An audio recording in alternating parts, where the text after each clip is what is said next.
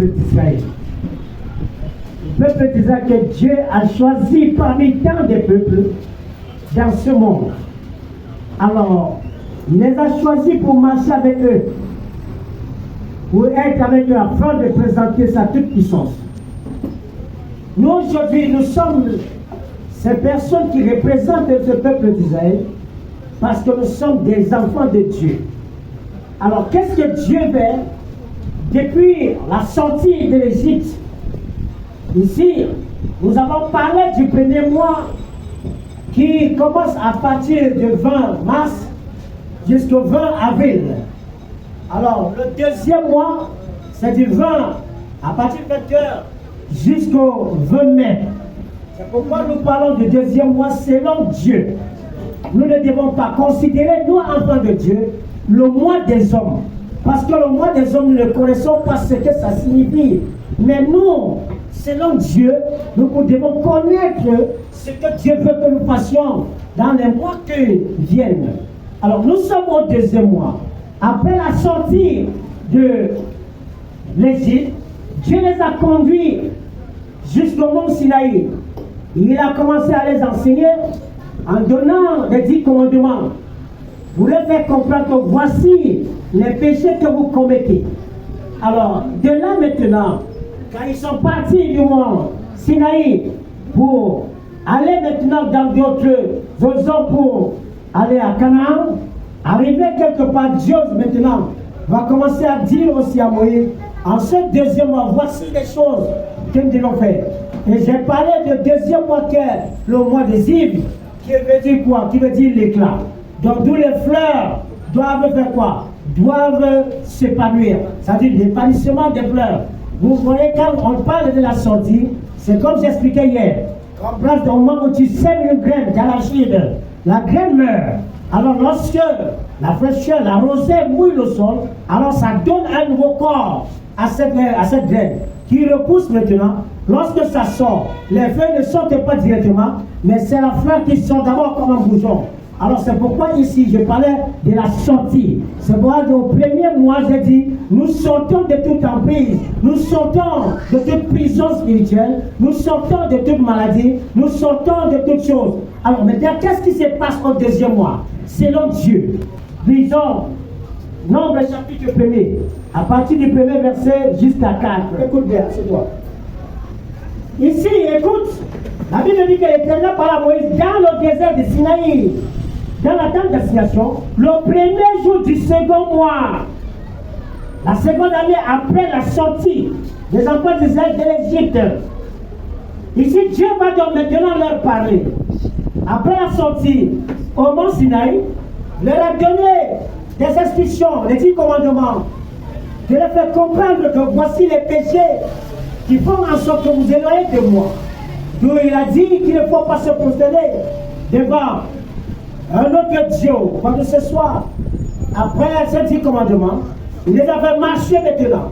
Alors, entre le mont Sinaï, pour arriver là où il fallait, c'était dans le désert de Sinaï.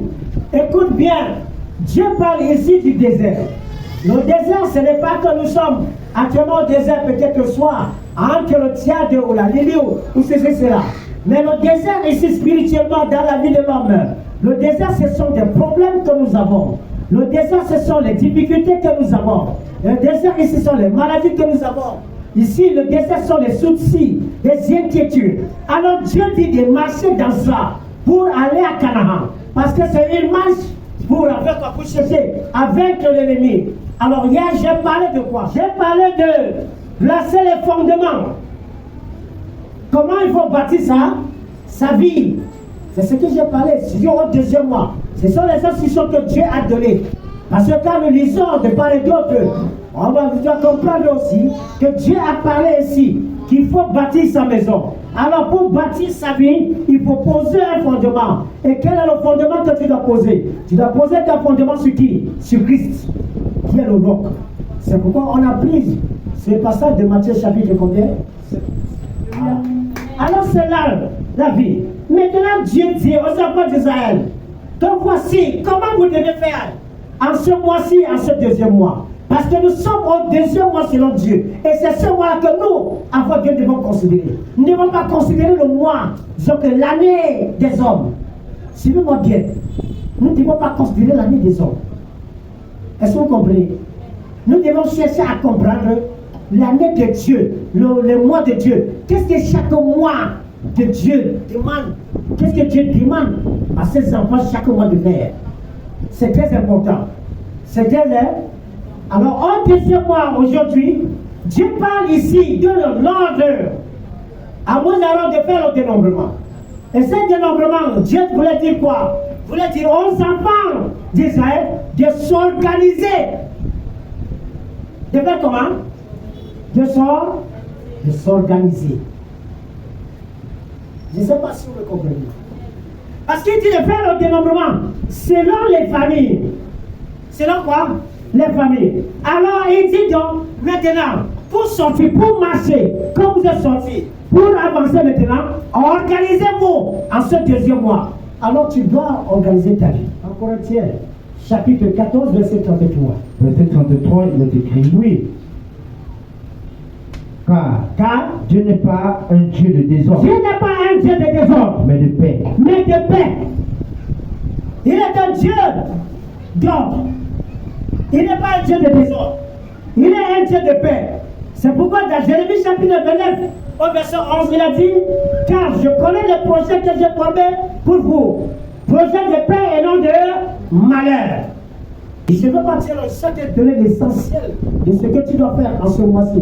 Tu mets en pratique et tu le fais, tu verras dans ton organisation que si tu organises ta vie, tu organises ta maison, tu organises ton service et autres, il y aura la réussite. Avant de l'avenir et de l'espérance, quel avenir tu veux? Pour toi, pour tes enfants, pour ta famille, pour ton service, pour ton église. Quel est l'avenir que tu veux? Quelle est l'espérance que tu as? Tu comptes sur quoi? Tu espères en qui? Alors Dieu dit que voici, il dit à Moïse, faites le dénombrement. C'était une manière de s'organiser, de faire voir le dénombrement de ceux qui sont capables de porter quoi? Les armes. De porter quoi? Les armes. Alors là où tu es, il faut être quelqu'un qui est capable de porter l'arme. Parce qu'un bébé ne peut pas porter l'arme. C'est pourquoi Dieu dit, c'est à partir de 20 ans. À partir de quel âge? De 20 ans.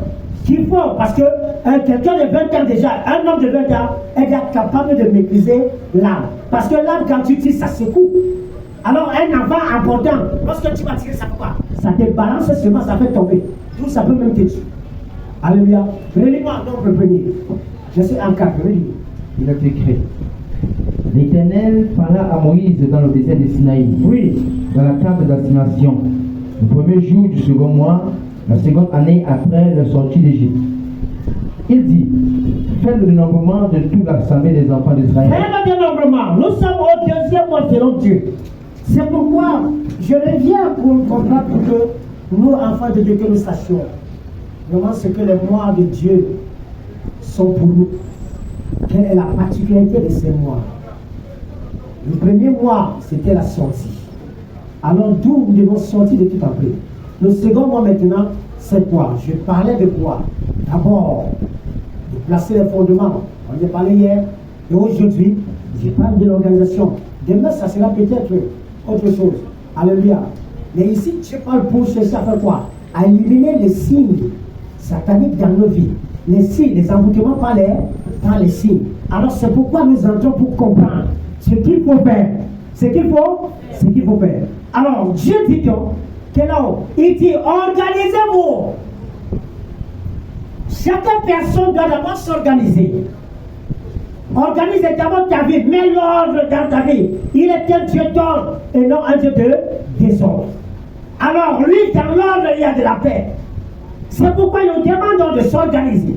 Organise ta vie, organise ta maison, organise tout ce que tu as à faire pour mettre de l'ordre. Ça veut dire quoi? Il y a même des moments où tu peux t'organiser. En une journée, ça veut dire que tu dois connaître ce que tu veux faire. L'heure aussi même, la manière de manger. Peut-être il y a des heures que tu peux t'organiser pour dire que telle heure je dois manger, telle heure je dois manger. Ce n'est pas de manger n'importe comment. Alors il y a des heures où tu me dis qu'il faut que à telle heure je dois prier à telle heure, je dois prier à telle heure, je dois prier à telle heure, à mes journées, je dois méditer, je dois faire ceci, je dois à telle heure dans ma maison, je dois faire telle vaisselle, je dois peut-être laver les habits, je dois peut-être préparer. Alors c'est comme ça que Dieu. Alors tout le monde, Dieu nous appelle de faire quoi? De s'organiser. Donc on doit s'organiser chacun pour sa vie, pour la maison et pour le temple. Et pour Dieu, c'est ce qu'il nous demande, alléluia. Alors l'organisation ici, selon Dieu, c'est une forme de consécration à Dieu. Ça veut dire que tu consacres ta vie à Dieu. Tu consacres tes affaires à Dieu. Tu consacres ta maison à Dieu. Tu consacres tes enfants à Dieu. Tu consacres tout ce que tu veux faire à Dieu. En lui donnant quoi? En lui donnant comment tu dois faire. Je ne sais pas si je me fais comprendre. Alors actuellement, il y a même, comme je parle, il y a d'autres églises qui sont aussi en train de prêcher. Ils sont en train de prêcher soit que la prospérité, donc ceci. Mais Dieu lui nous amène comment on doit faire pour hériter, pour un avenir meilleur et de l'espérance. Alléluia. Alléluia. Alors c'est pourquoi, quand il dit qu'il n'est pas un Dieu de désordre, mais un Dieu de paix. Donc, il n'aime pas le désordre. Ça dit même dans ta maison, mets l'ordre dans ta maison. Nous devons mettre l'ordre ici. Et c'est pourquoi, en parlant cela, m'interdit donc de mettre de l'ordre dans l'église. Amen. Alléluia. Alors écoute bien. Alors cette forme de consécration à Dieu, c'est une manière de travailler avec ardeur. Avec quoi? Avec détermination. Vous comprenez pourquoi Dieu m'avait parlé quand je vous dis ici que nous devons donner de l'importance à ce que nous faisons. On doit donner de l'importance. Alors regardez vous-même. Regardez. Quand nous sommes là, quand on parle, les gens ne veulent pas travailler avec ardeur, ne veulent pas donner de l'importance. Il y avait même une dame qui était commissaire de police. Je dis qu'elle était à la chorale. Elle était là chaque fois. Elle était commissaire de police. Mais qui était à la chorale chaque jour. Même quand elle avait la patrouille pour sortir, elle venait d'abord servir Dieu avant de partir. Même c'était à quelle heure, elle venait d'abord la chorale chanter avant maintenant de partir. Ou à défaut, si peut-être c'était pressé, quand on les envoie peut-être pour une mission, d'aller faire une patrouille, très rapidement, elle venait d'abord à l'église demander la permission. Elle ne faisait pas parce qu'il faut, non, parce que le commissaire c'est non. Elle venait d'abord. Elle avait aussi des enfants. Mais elle venait servir. Il y avait l'autre qui travaillait à Orange. Même ça, elle venait d'abord servir avant de partir. Ce n'est pas qu'il y a beaucoup qui travaillaient. Parce qu'ils donnaient de l'importance de ce qu'elles ont pris comme décision, ont pris comme décision de servir Dieu. Mais on doit faire du n'importe quoi.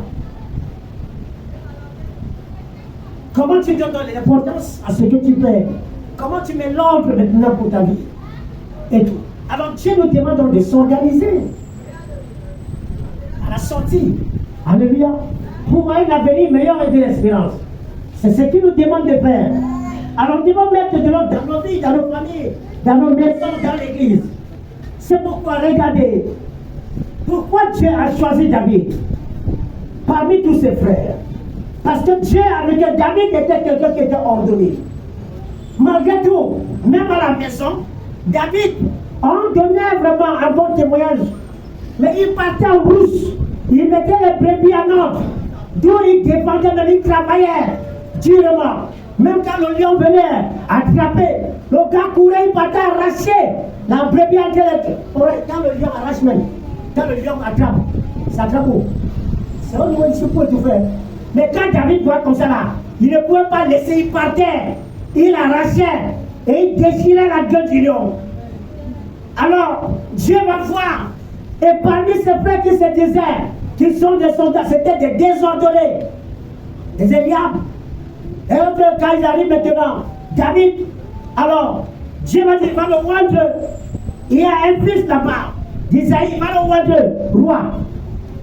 Il va trouver, il va voir Eliab costaud. Quand Dieu dit que non, ici là, c'est lui. Dieu dit, moi, je ne vois pas là-bas. Ne regardez pas l'apparence, mais moi je vois le cœur. Ce qui est là, peut-être si tu devrais travailler dans le Dieu autre, parce que tu crois que c'est la chair, ce qui est là, un jour Dieu va te mettre de côté. Alléluia. C'est pourquoi il a choisi David. Et qu'est-ce que David a fait? David avait consacré sa vie à Dieu. Au début même, quand il était, 1 Samuel chapitre 3. Chapitre 3, à partir du premier verset, le décret. Oui. Le jeune Samuel était au service de l'Éternel devant Élie. La parole de l'Éternel était rare en ce moment-là. La parole de l'Éternel était rare en ce moment. Ça veut dire que Dieu ne parlait plus au peuple d'Israël. Même au prophète Élie, Dieu ne lui parlait plus. Pourquoi? Parce qu'il y avait le péché. Pourquoi? Parce que les enfants d'Élie ne marchaient pas comme Dieu voulait. Ils faisaient le désordre en Israël. Remis se disait qu'ils sont fils du sacrificateur. Donc il peut faire n'importe quoi. Ils amenaient les gens à pécher contre Dieu. C'est comme ça que Dieu va prendre la décision de tuer, de les tuer. Et même tuer leur père, qui ne les reprenait même pas, qui ne leur disait pas que ce qu'ils font. Mais il va se regarder, il reste tranquille. Non. C'est comme ça qu'Élie aussi était mort. Alors, Dieu va choisir qui Samuel, parce qu'il était dans le temps. Samuel avait consacré à Dieu que toi, je te prête, tu dois servir Dieu. À cause de quoi? Du vœu que Samuel avait fait, en posant un sacrifice, parce qu'elle n'accouchait pas. Et le vœu là, qu'elle a fait à Dieu, Dieu a accordé. Alléluia. Est-ce que vous me comprenez? C'est comme ça que David, lui, il était lui. La lampe de Dieu n'était pas encore éteinte. La lampe de Dieu n'était pas, ça veut dire, le Saint-Esprit n'était pas encore éteint. Pourquoi? Ici, Dieu préservait pour que les gens puissent revenir à lui, afin que le Saint-Esprit soit toujours comment? Soit toujours en mouvement. Mais les gens étaient toujours dans le péché qui faisait en sorte que l'Esprit de Dieu puisse s'éteindre. Ici, quand on parle de la lampe de Dieu, on parle du Saint-Esprit, on parle de la parole de Dieu. Parce que c'est la parole de Dieu qui fait en sorte que le Saint-Esprit puisse agir. Parce que le Saint-Esprit saisit de la parole de Dieu pour agir dans la vie de chaque personne. C'est pourquoi la Bible commence à dire que la parole de Dieu était rare. Alléluia. Samuel était au service de qui? Relis le passage, écoute bien. Samuel était au service de... Au service de l'Éternel. Au service de l'Éternel. Devant Élie. Devant Élie. Alors écoutez, ne dites pas que vous servez Dieu. Vous servez Dieu, mais devant un homme que Dieu a établi. Comme je peux dire moi aujourd'hui. Vous le servez. Alors si vous désobéissez maintenant à cet homme, c'est pourquoi même quand Abiram, Dathan et Corée ont désobéi à Moïse, disant que Dieu leur parle aussi. Et qu'est-ce qui s'est passé? Dieu les a tués tous. Il était au service. Mais dans quel service vous faites? Quel service que vous rendez à Dieu? C'est un service comment? Comme le dit un service d'accord? Ça veut dire territoire. Ça veut dire un service qui n'a pas d'ordre. Un service qui n'est pas organisé. Un service qui n'est pas planifié. Alors c'est ce qui se passe. Mais Dieu nous rappelle, voyons cela. Il nous dit donc en ce mois-ci, avant que nous puissions entrer au 3e mois, ça veut dire à partir du 21 mai jusqu'au 20 juillet, il faut bien savoir comment faire, s'organiser. C'est cette organisation. Alléluia. Chacun de nous doit vraiment s'organiser, doit donner de l'ordre à ce qu'il fait devant Dieu dans sa maison. Que chacun de nous, c'est une interpellation que Dieu est en train de faire à chacun de nous. Tu as une tâche qu'on t'a donnée. Alors, si on t'a choisi et que tu refuses, c'est très dangereux pour toi. C'est très dangereux. C'est pourquoi dans le service de Dieu, ce que mon père m'avait dit, il dit pour servir Dieu, il faut la disponibilité, il faut l'humilité. Voilà les deux choses. La disponibilité est, si tu n'es pas disponible à servir Dieu, Dieu ne peut pas te parler. Alors Élie et ses enfants n'étaient pas disponibles à le servir. C'est pourquoi la parole était comment? Rare. Alors il a vu le jeune Samuel qui était disposé à son service. Et il était humble parmi tous les enfants d'Élie. Il était là. D'où les gens rendaient même un bon témoignage de Samuel. C'est pourquoi Samuel était le grand prophète. C'était qui? Le grand prophète. Le premier, le plus grand juge en Israël. Amen. Alors, c'est là pourquoi Samuel avait mélangé sa vie pour Dieu. Lorsque Dieu m'a appelé, il m'a couru vers le prophète Élie. Mon Seigneur, tu m'as appelé. Il dit non. Il parle comme Dieu l'appelle, il revient. Dieu l'appelle, il dit. Alors c'est là où le prophète Élie va lui dire, va te coucher. Il a compris que c'est Dieu. Va, ce que tu vas encore écouter, réponds. Mon Seigneur, le voici. Alors, Dieu lui a parlé de tout, concernant qui? Concernant Élie. C'était que c'est Samuel qui devait remplacer Élie. Est-ce que tu es disposé dans le service de Dieu?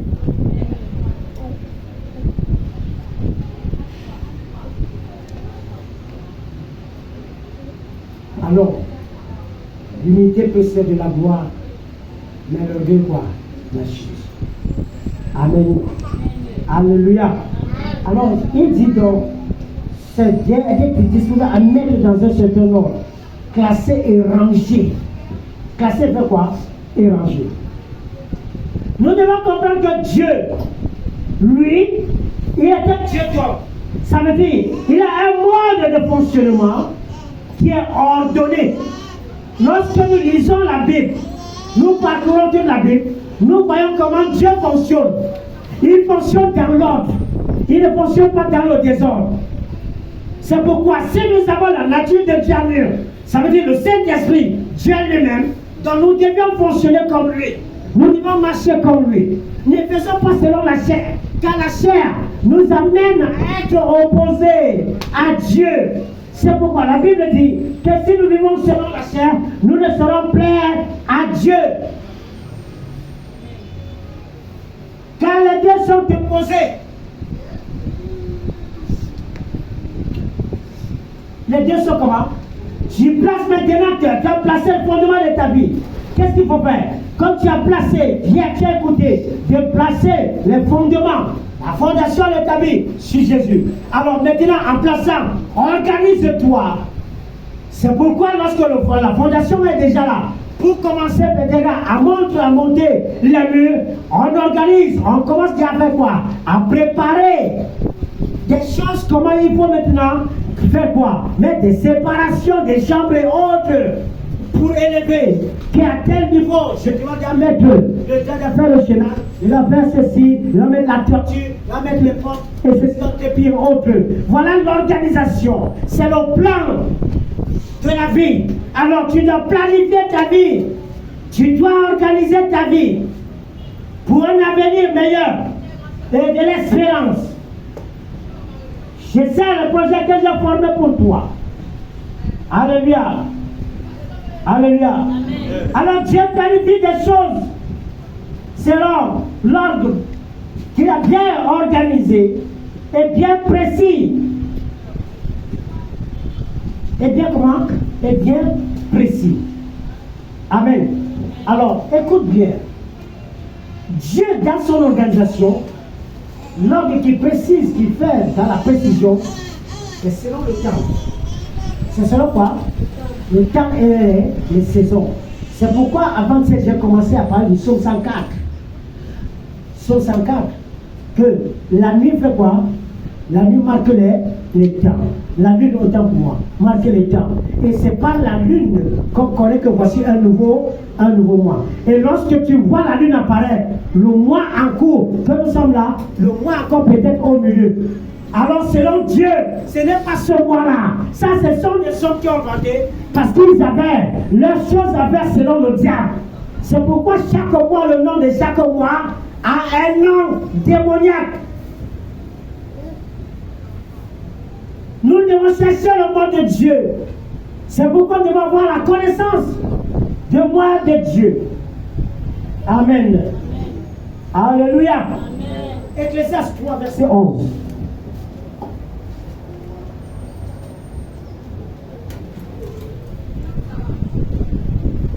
Ecclésiaste chapitre 3, verset 11 vous dit, il est écrit, il fait toutes choses bonnes en son temps. Il fait toutes choses bonnes en son temps. Dieu fait quoi? Il fait toutes choses bonnes en son temps. Je ne sais pas si tu comprends. C'est pourquoi nous ne devons jamais nous précipiter. Jamais.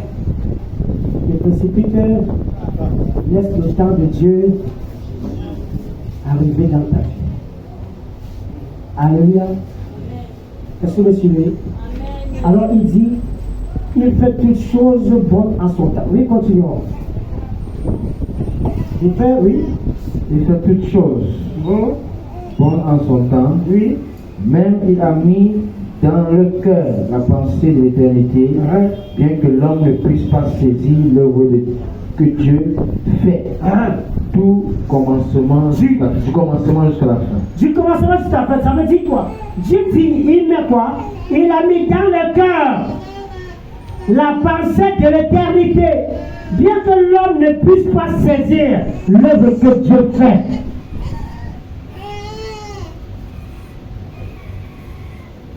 Alors, puisque nous ne connaissons pas, nous n'avons pas la connaissance de ce que Dieu fait, on périt.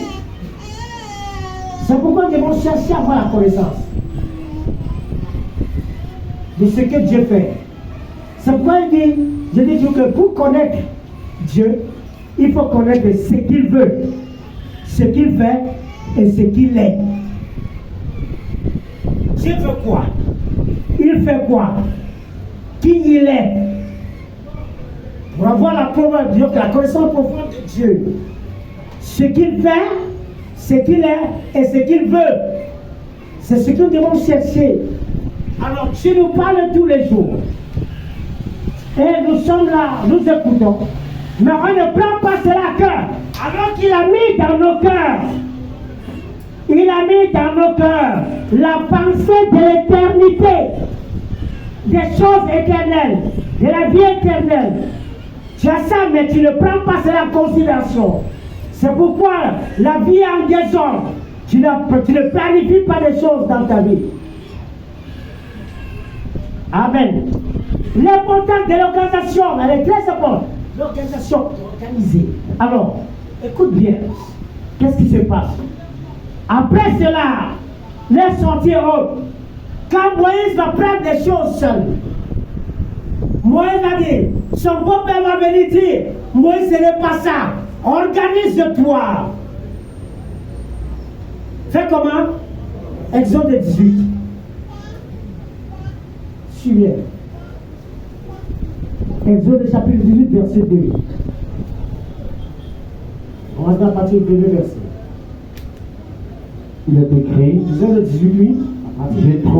Jéthro, sacrificateur de Madian, oui, beau-père de Moïse, oui, a pris tout ce que Dieu avait fait en faveur de Moïse et d'Israël, oui, son peuple. Il a appris que l'Éternel avait fait sortir Israël d'Égypte. Jéthro, beau-père de Moïse, prit Séphora, femme de Moïse, oui, qui avait été renvoyée. Il prit aussi les deux fils de Séphora. oui. Continuons. L'un se nommait Gershon, car Moïse dit, j'habite un pays étranger. L'autre se nommait Eliezer, car il avait dit, le Dieu de mon père m'a secouru, il m'a délivré de l'épée de Pharaon. Jéthro, beau-père de Moïse, avait les fils et la femme de Moïse vinrent au désert où ils campaient à la montagne de Dieu. Il fit dire à Moïse, Moïse, ton beau-père, je viens vers toi avec ta femme et ses 2 fils. Moïse sortit au devant de son beau-père et se prosterna et il le baisa. Ils s'informèrent réciproquement de leur santé et ils entrèrent dans la tente de Moïse. Moïse raconta à son beau-père tout ce que l'Éternel avait fait à Pharaon et à l'Égypte à cause d'Israël, toutes les souffrances qui leur étaient survenues en chemin et comment l'Éternel les avait délivrés. Jéthro se réjouit de tout le bien que l'Éternel avait fait à Israël et de ce qu'il l'avait délivré de la main des Égyptiens. Oui, bon, verset 13. Continue. Verset 13. Le lendemain, Moïse s'assit pour juger le peuple. Moïse s'assit pour juger le peuple. Oui. Et le peuple se tint devant lui depuis le matin jusqu'au soir. Oui. Le beau-père de Moïse vit tout ceci, ce qu'il faisait pour le peuple. Et il dit, que fais-tu là avec ce peuple? Pourquoi sièges-tu seul? Et tout le peuple se tient devant toi, depuis le matin jusqu'au soir. Moïse répondit à son beau-père, c'est que le peuple vient à moi pour consulter Dieu. Oui. Quand ils ont quelque chose, quelque affaire, ils viennent à moi, je prononce entre eux et je fais connaître les ordonnances de Dieu et ses lois. Le beau-père de Moïse lui dit, ce que tu fais n'est pas bien. Tu t'épuiseras toi-même et tu épuiseras ce peuple qui est avec toi, car la chose est au-dessus de tes forces. Tu ne pourras pas y suffire seul. Maintenant, écoute ma voix. Je vais te donner un conseil et que Dieu soit avec toi.